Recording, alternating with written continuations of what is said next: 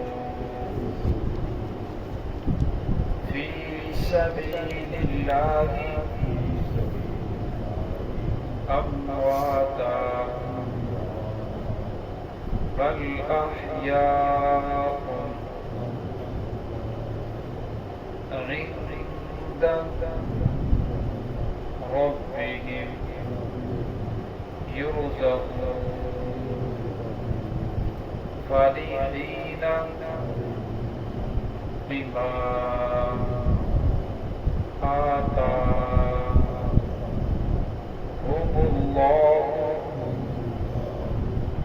من فضله ويستبشرون بالذين لم يلحقوا بهم من خلفهم ألا خوف عليهم ولا هم يحزنون يستبشرون بنعمة من الله وفضل وأن الله لا يضيع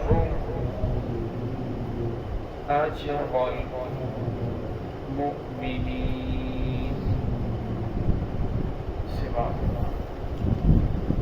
بسم الله الرحمن الرحيم. ولا تحسبن الذين قتلوا في سبيل الله أمواتا بل أحياء عند ربهم يرزقون فرحين بما آتاهم الله من فضله ويستبشرون بالذين لم يلحقوا بهم من خلفهم ألا خوف عليهم ولا هم يحزنون يستبشرون بنعمة من الله وفضل وأن الله لا يضيع أجر المؤمنين. ولا تحسبن الذين قتلوا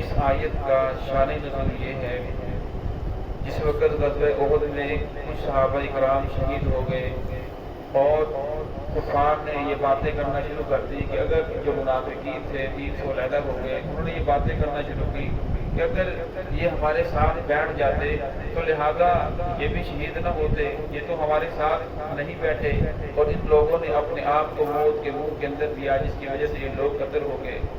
تو اللہ رب العزت نے انہیں بتا دیا کہ موت تم پر بھی آئے گی اور موت ان کے اوپر بھی آئی ہے، اور فرمایا موت سے کوئی بچ نہیں سکتا، لیکن تمہاری موت اور ان کی موت کے اندر زمین آسمان کا فرق ہے۔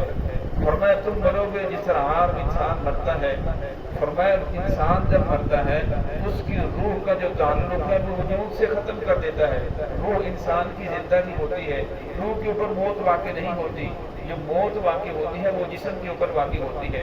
اور فرمایا پھر انسان جو شہید ہوتا ہے، فرمایا پھر وہ شہید ہونے کے بعد جب اس کا جسم ٹکڑے ٹکڑے ہو جاتا ہے یا اس کی گردن اتار دی جاتی ہے، قتل کا معنی ہی یہ ہے کہ جسم کو توڑ پھوڑ دیا جائے، فرمایا جسم کو توڑ پھوڑ دیا جاتا ہے، فرمایا پھر بھی وہ لوگ زندہ ہیں۔ اور جس وقت یہ لوگ شہید ہو گئے، 70 صحابہ اکرام شہید ہوئے، اور انہوں نے وہاں دیکھا اللہ رب العزت نے یہ نعمتیں عطا فرمائی، اور ان نعمتوں کے اوپر یہ بہت زیادہ خوش ہوئے۔ ایسی نعمتیں حدیث پاک کے اندر آتا ہے اللہ رب العزت نے ان کی روحوں کو سبز پرندوں کے کوٹوں کے اندر داخل کر دیا، اب وہ جنت کی نہروں کے اوپر آتے ہیں، پانی پیتے ہیں، وہاں کے پھلوں کو کھاتے ہیں، اور اللہ رب العزت کے عرش کے سائے کے نیچے ان کے لیے قندیل لگے ہوئے ہیں جن میں جا کر وہ آرام کرتی ہیں۔ فرمایا ان نعمتوں کو دیکھ کر وہ اتنے خوش ہوئے، انہوں نے تمنا کی کہ جو لوگ یلحقوا بہم ہمارے پیچھے ہیں، ہمارے ساتھ لاحق نہیں ہوئے، ہمارے باپ ہیں، ہمارے دادا ہیں، ہمارے بیٹے ہیں، وہ شہادت کی تمنا کے لیے لڑ رہے ہیں، اللہ رب العزت انہیں بھی شہادت کی موت عطا فرمائے، اور یہ جو نعمتیں ہمیں ملی ہیں وہ نعمتیں انہیں بھی ملے۔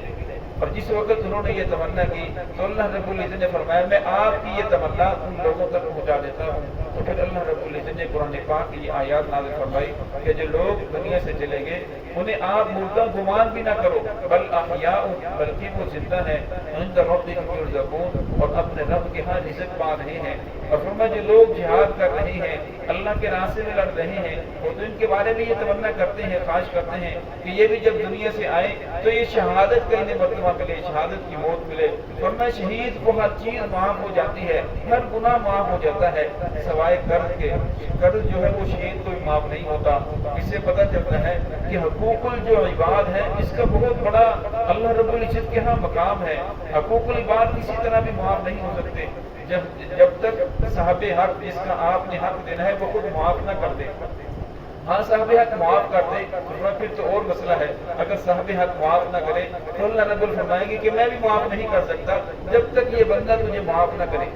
تو اس لیے فرمایا حقوق العباد کے بارے میں انسان کو بہت زیادہ فکر کرنی چاہیے کہ میری زبان کی وجہ سے کسی مسلمان کو تکلیف نہ ہو جائے، میرے جملے کی وجہ سے کوئی تنہائی کے اندر بیٹھ کر آنسو نہ بہائے، اور ایسا نہ ہو کہ میرے اس کام کی وجہ سے کسی میرے پڑوسی کو، میرے ہمسائے کو کسی کو تکلیف ہو۔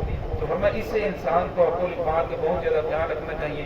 فرحین بما آتاهم اللہ، فرمایا وہ خوش ہیں ان چیزوں پر جو اللہ رب العزت نے عطا فرمایا، من فضلہ، اللہ رب کے فضل پر وہ خوش ہیں، اور دوسروں کے لیے بھی تمنا کر رہے ہیں جو ان کے پیچھے رہ گئے۔ اللہ خوف، فرمایا ان کے اوپر کوئی خوف نہیں ہوگا۔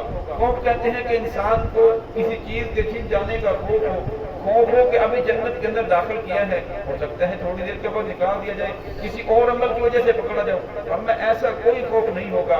جنت کے اندر جانے کے بعد ہمیشہ ہمیشہ جنت کے اندر رہیں گے۔ وَلَا هُمْ يَحْزَنُونَ، فرمایا غمگین بھی نہیں ہوں گے۔ انسان بعض مرتبہ کوئی کام کرنا چاہتا ہے لیکن کر نہیں پاتا، اور جب بعد کے اندر اس کے انعامات سامنے آتے ہیں، اس کے فوائد سامنے آتے ہیں، پھر افسوس کرتا ہے کہ کاش اس وقت میں ایسا کر لیتا تو آج ایسے ہوتا، اس وقت اگر میں یہ راستہ اختیار کرتا تو آج مجھے یہ نعمتیں ملتی۔ پر میں انسان کو کوئی افسوس بھی نہیں ہوگا کہ جنت میں جانے کے بعد کس چیز کے اوپر افسوس ہو، پر میں اللہ رب العزت ہر نعمت وہاں عطا فرمائیں گے۔ یستبشرون بنعمت من اللہ، فرمایا وہ خوش ہیں اللہ رب العزت کی نعمتوں پر، وفضل، اور اللہ کے فضل پر۔ اللہ رب العزت نعمتوں کو علیحدہ ذکر فرمایا، پھر اس کے بعد فضل کو پھر ذکر فرمایا۔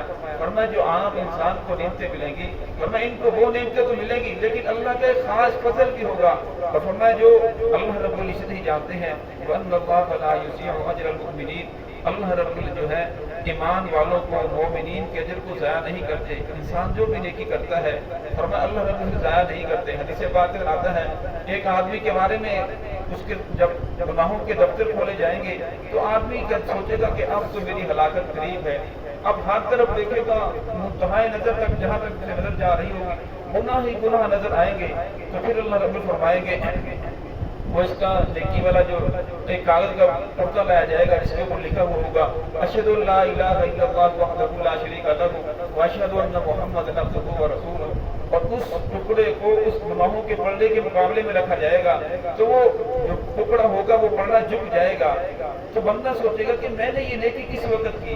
فرمایا انسان جب رات کو اللہ فرمائے کہ تو نے کروٹ بدلی تھی اس وقت تیری زبان سے یہ جملے نکلے تھے تو اس وقت میں نے تیرے فرشتوں نے نوٹ کر کے رکھ لیا اور آج اس کا تجھے اجر عطا فرمایا جا رہا ہے. فرمایا اللہ رب العزت کسی انسان کی کسی نیکی کو بھی ضائع نہیں کرتے.